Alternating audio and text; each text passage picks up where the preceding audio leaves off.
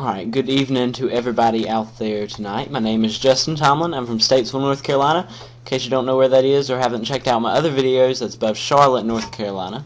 Today's date is December 7th, 2010. It's currently about 9 o'clock. And I'm just going to update you on the possible snow for the East Coast next weekend. Probably change that title tomorrow because it doesn't look like that anymore, really. I wouldn't rule out anything quite yet, but let's go ahead and dive into the modeling real quick. There's AccuWeather models. Here's the GFS. This is the 18Z run all the way out to, let's show you. I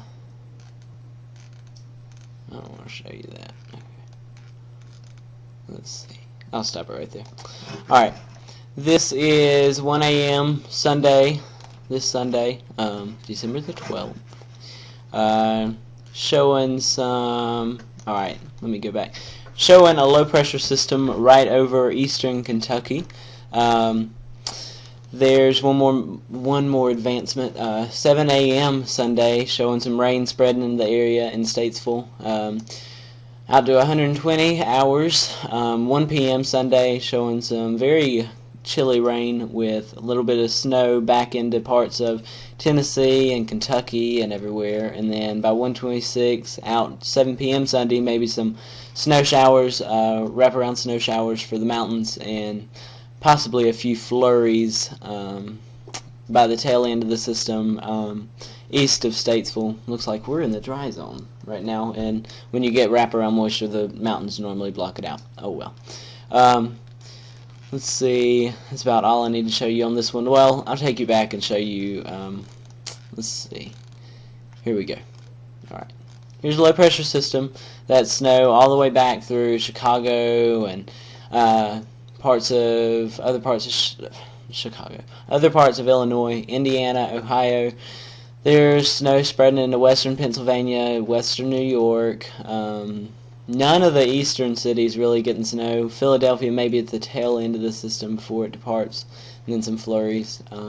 But this doesn't really look, as of now, there's no real solution that I'm going to completely invest all of my hope into, especially not this early in the game.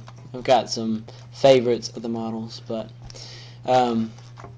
here's the 12Z GFS. Let's show you what the difference is in this one.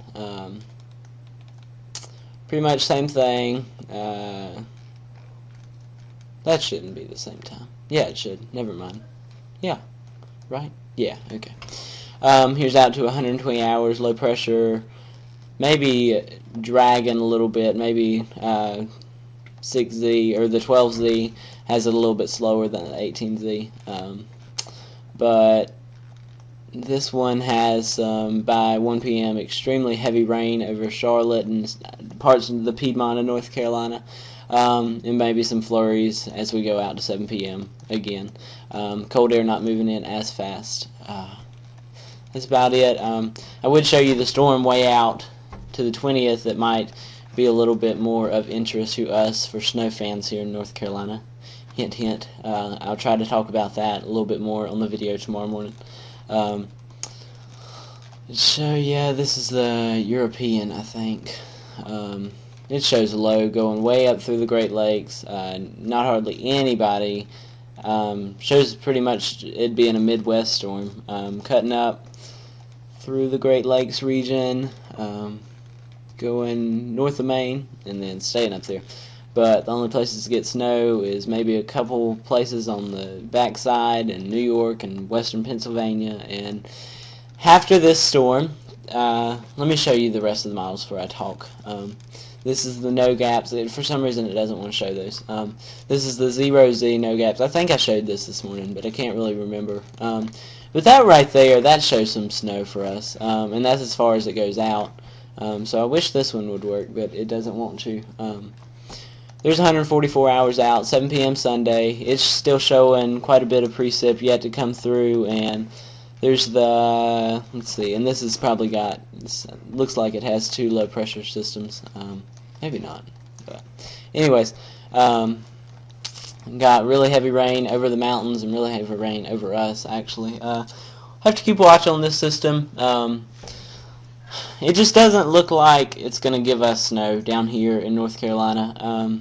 We can see, I mean, the mountains, you're going to get snow after this, because after this, snow or the cold air is really going to pump down, and next week there's a pretty good chance that it's going to be colder than this week, believe it or not, because we've already broke records and stuff this week, so it's kind of hard to imagine colder temperatures next week. But yep, that, and then North Carolina mountains see a pretty good, decent northwest flow event setting up again, and moisture and snow and blah blah blah up in the mountains.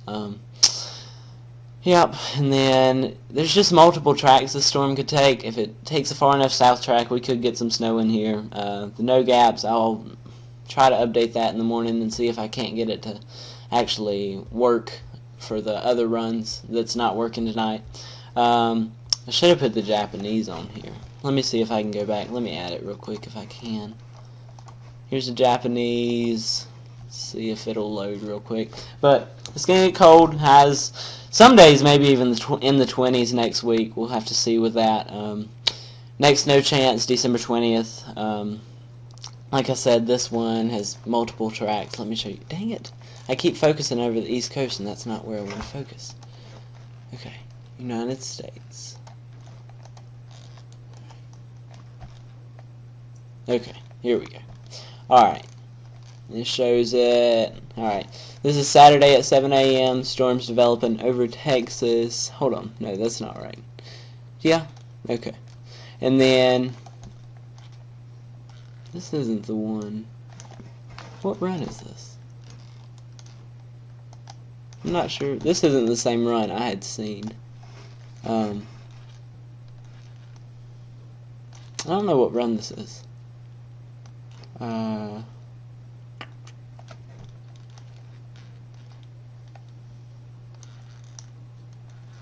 Because it's got the low pressure system developing way back in Texas, coming through western Kentucky and going pretty much east all the way into Virginia and North Carolina, and then the secondary low developing off the coast and shooting up north into the northeast. Well, I was not aware of that model. I think the model that I had seen was the 12Z that I was looking at and focusing on. Let me see. They might be the same. I don't think they are there. I guess they are. Well, I saw one that developed a system over here, and it went through the Midwest and up through the Great Lakes and into there. But anyways, I'll have to look at that model again. But anyways, North Carolina, you're not out of the woods quite yet. You're reaching the point that you are, but we'll just see, and then I'll keep you updated throughout the week. Try to do 2 videos a day. We'll see how that goes. Multiple tracks. It's going to come out of the Midwest. It's not exactly the setup you want to see for snowstorms on the East Coast, but come out of the Midwest, and it could clip up through here, through the Great Lakes, and in that scenario, nobody would get snow except back in the Midwest, maybe extreme western Pennsylvania and New York. And then it could take a further south track where we get some snow, and we're probably about the furthest point south that it could go, probably.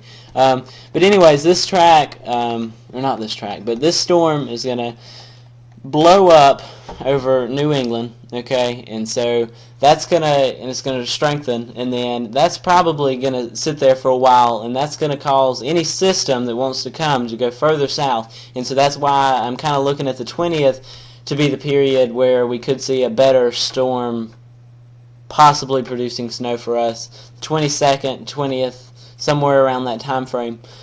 I'm still looking into that one. Maybe, like I said, more update on that in the morning. But that's about it for tonight. Have a good night, and I'll see you in the morning.